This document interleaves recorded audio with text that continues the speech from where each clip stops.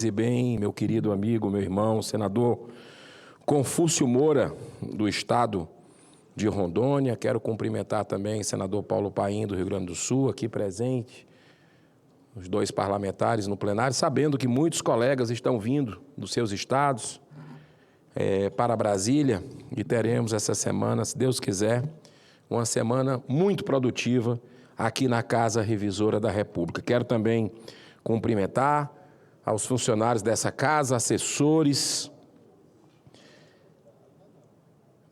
brasileiras e brasileiros que nos acompanham, que estão ali do nosso lado, né? Por mais que a gente esteja vendo os valores investidos, as prioridades invertidas no nosso país, mas brasileiros que não desistem da sua nação. Uma saudação aqui a todos que fazem parte da comunicação da TV Senado, Rádio Senado e Agência Senado, que levam o nosso trabalho aqui para o povo brasileiro. E agradecer a Deus, né, senhor presidente? Agradecer a Deus pela oportunidade de estar mais uma vez aqui combatendo o bom combate. Procurando defender nossas ideias, procurando denunciar o que está errado. Agradecer a Deus pela vida, pela saúde, para podermos ser a voz de tantos perseguidos, milhares, quem sabe milhões de brasileiros hoje no Brasil, especialmente aqueles que são de direita, aqueles que têm o conservadorismo como algo que ilumina sua visão de mundo. E não é fácil hoje, essa ditadura que a gente vive, ser cristão, né, no Brasil. Eu quero dizer que eu vivi para ver, só estou na política desde 2019, né, participei de uma campanha em 2018, nunca tinha disputado nenhuma cadeira, Deus me trouxe através da boa vontade do povo do Ceará, do meu estado, direto aqui para o Senado Federal, e eu procuro encarar essa missão como uma missão de vida, né, com foco total, com a energia total, agradecendo a minha esposa Márcia, meus filhos, pelo apoio e a oração de tanta gente que ama essa nação, que ora, porque sabemos que a guerra que a gente vive aqui não é entre os homens, não. A guerra que a gente vive aqui é espiritual. E, senhor presidente, eu nasci para ver o governo Lula, o PT, de forma transparente, defendendo bancos. A blindagem que nós tivemos aqui na semana passada, na CPMI do INSS, que nós lutamos para que fosse instalada, a base do governo não queria, o PT especialmente, mas nós conseguimos a instalação, e numa tentativa de manobra da base do governo Lula para tomar o comando da CPI, nós não deixamos, né? Foi um trabalho de madrugada, e essa podridão toda do roubo dos aposentados, dos pensionistas, de órfãos, de viúvas, de deficientes, está vindo à tona, graças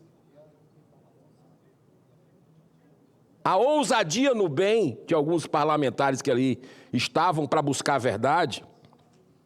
Nós derrotamos o governo Lula, que queria tomar o comando como tomou o da CPI do crime organizado, que nós ralamos anos a fio para instalar, conseguimos instalar, e o PT foi lá, sem nenhum parlamentar assinar, tomou o comando, e a gente está vendo uma CPI natimorta, e não tem sessão, e quando tem, tentam censurar parlamentar de fazer perguntas ali dentro. Mas o Brasil está vendo. As pessoas estão tirando suas próprias conclusões. Aqueles que se dizem defensores da democracia, aqueles que se dizem do time do amor, estão fazendo o que estão fazendo hoje. Uma caçada implacável à liberdade de expressão. Aguenta aí, que esse governo já está preparando, saiu na mídia no final de semana, já está preparando mais censura às redes sociais. Eles não vão desistir, eles querem te calar. E o baluarte da censura no Brasil chama-se Jorge Messias, da AGU, Está lá, criou logo quando chegou a Procuradoria em Defesa da Democracia, tudo nome bonito para tentar enquadrar os brasileiros por suas opiniões políticas. Ele que é o militante mó também desse regime. Mas, senhor presidente, além da blindagem dos bancos na última semana, de publicitários do PT, de outrora, que os nomes aparecem ali, recebendo dinheiro dessa fraude do INSS, maior fraude previdenciária da história do planeta acontecendo no Brasil. Tem tudo para deixar mensalão, petrolão no chinelo quando entrar os consignados. A gente já viu blindagem de sócio de careca do INSS. A gente já viu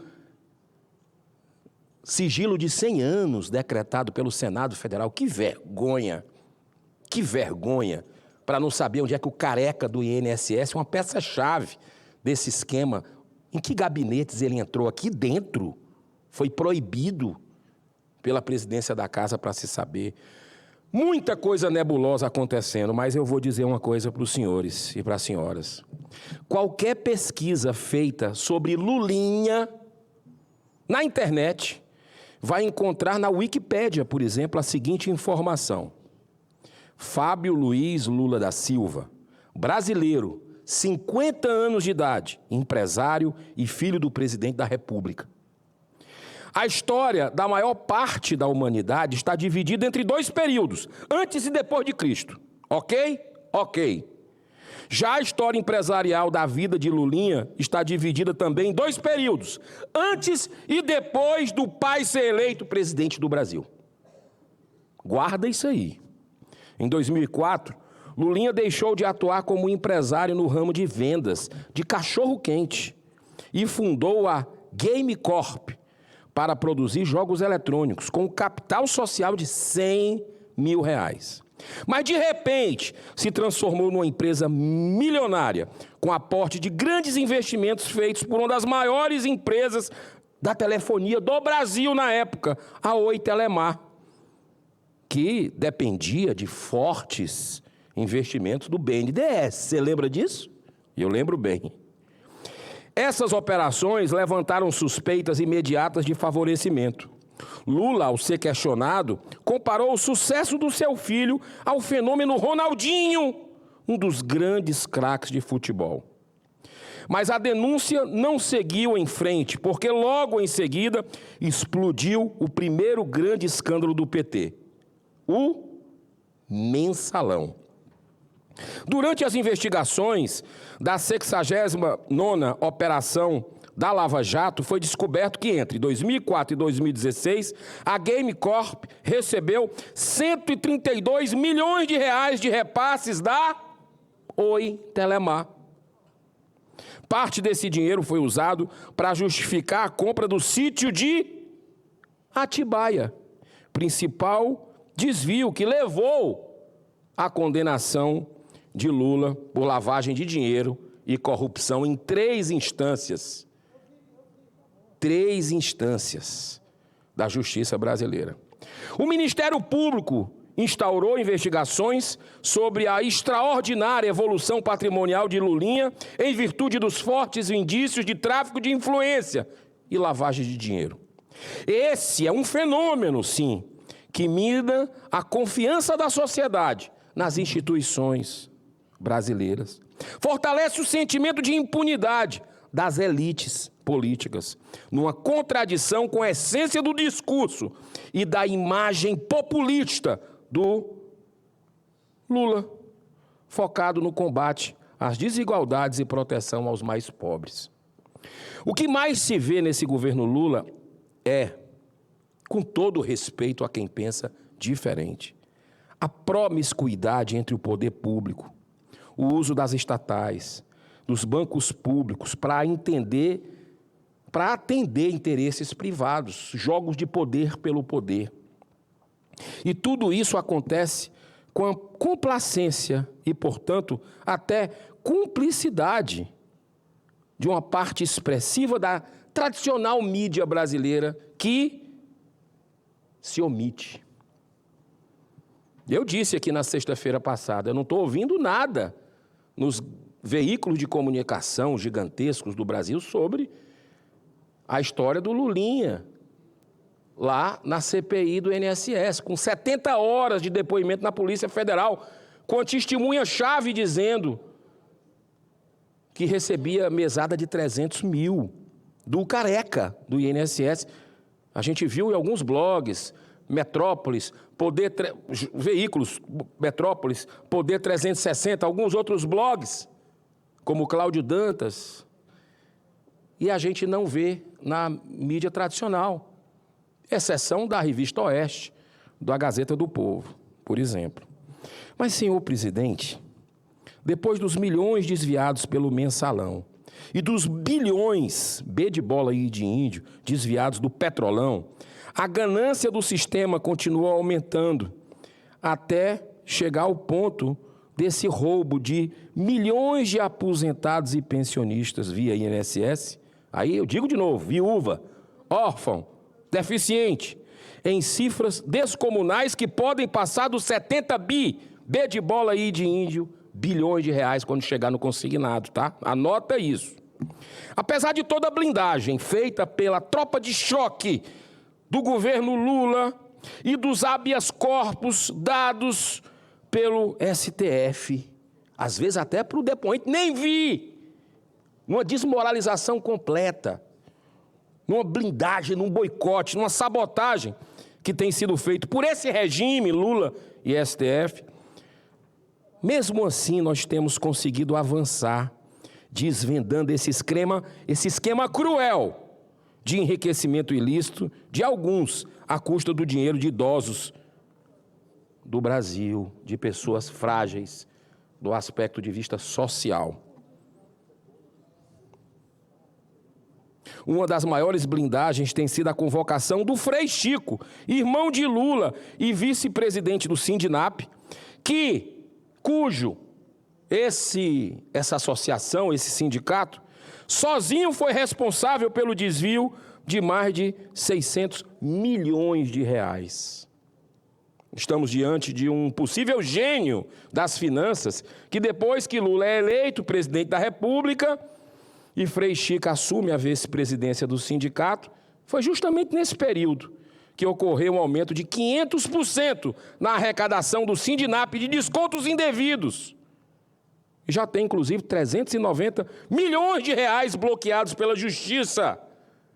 E eu digo para vocês, por causa dessa CPMI do INSS, porque se fosse depender de AGU, no início até tiraram esses sindicatos, inclusive os que têm relação alguma, através do seu vice-presidente, com o Planalto.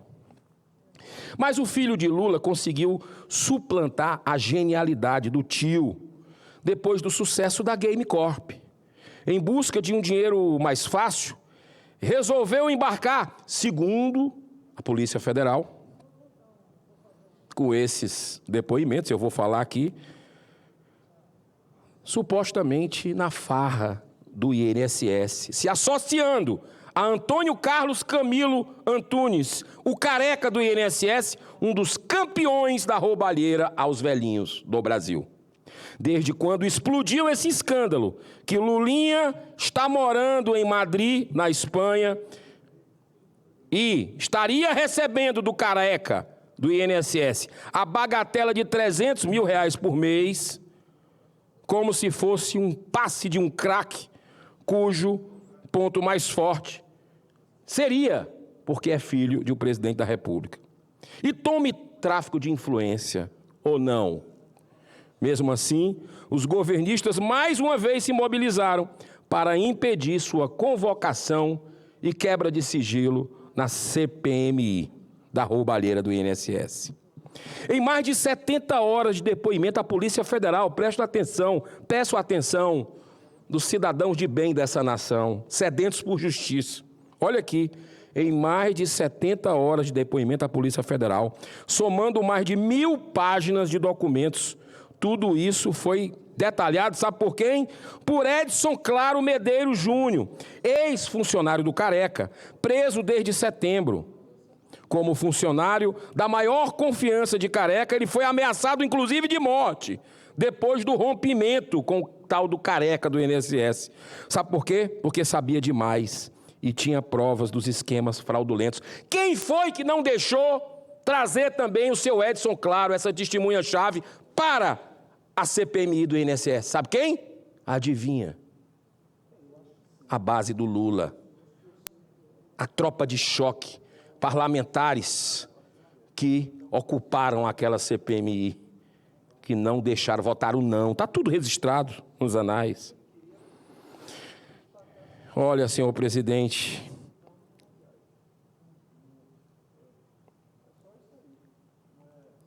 está denunciada a criação de empresas no exterior para disputar contratos milionários com o Ministério da Saúde. Um desses projetos foi a World Cannabis, com o objetivo de vender produtos à base da maconha. Tudo denunciado pelo Edson Claro. Ele apresentou provas de uma viagem do Careca. Teria apresentado.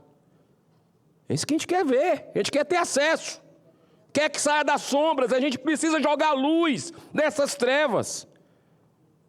Porque ele disse que tem provas da viagem do Careca do INSS com Lulinha para Portugal em 2024, no mesmo voo.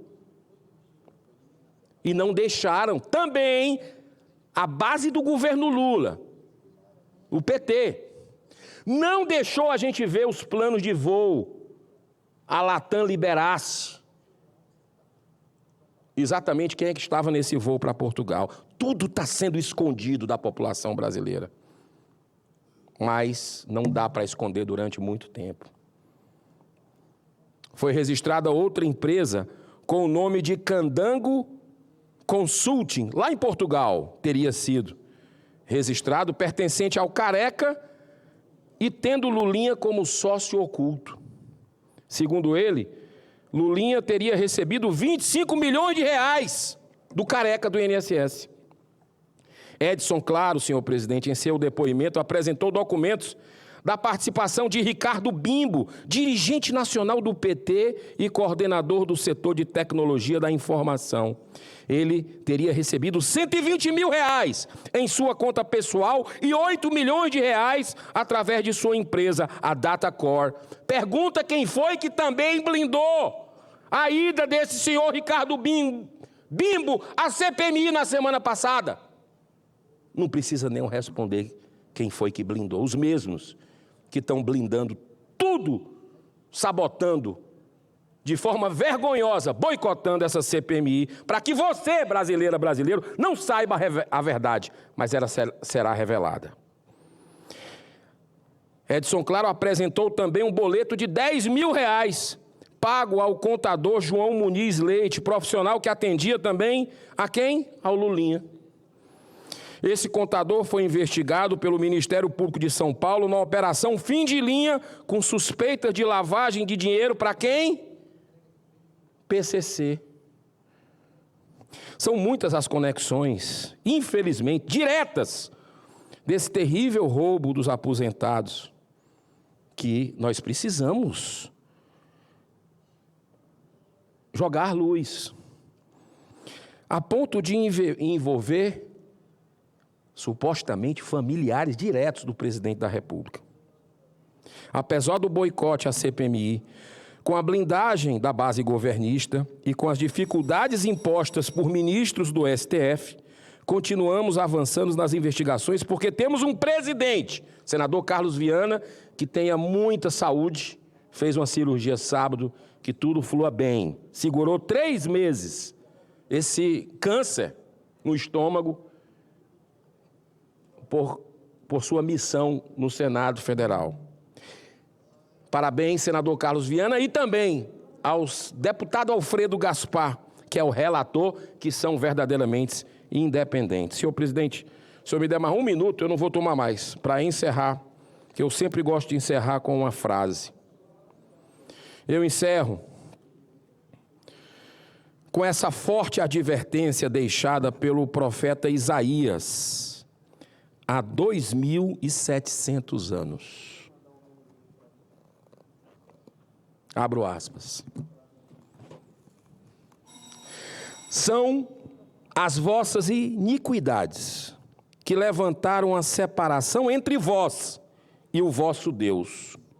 São as vossas faltas que mantiveram seu rosto escondido, longe demais para que ele, o Pai Celeste, o ouça. As palmas de vossas mãos estão manchadas pelo sangue, vossos dedos pelo crime, e vossos lábios proferem a mentira. Que Deus abençoe, senhor presidente, a nossa nação, que Deus abençoe a todos os parlamentares, que tenhamos uma semana de luz, de paz, de harmonia e de busca pela verdade e justiça. Muito obrigado, senhor presidente. Muito bem. Ouvimos aí o senador Eduardo Girão e eu passo a palavra a seguir para o senador Paulo Paim, PT Rio Grande do Sul.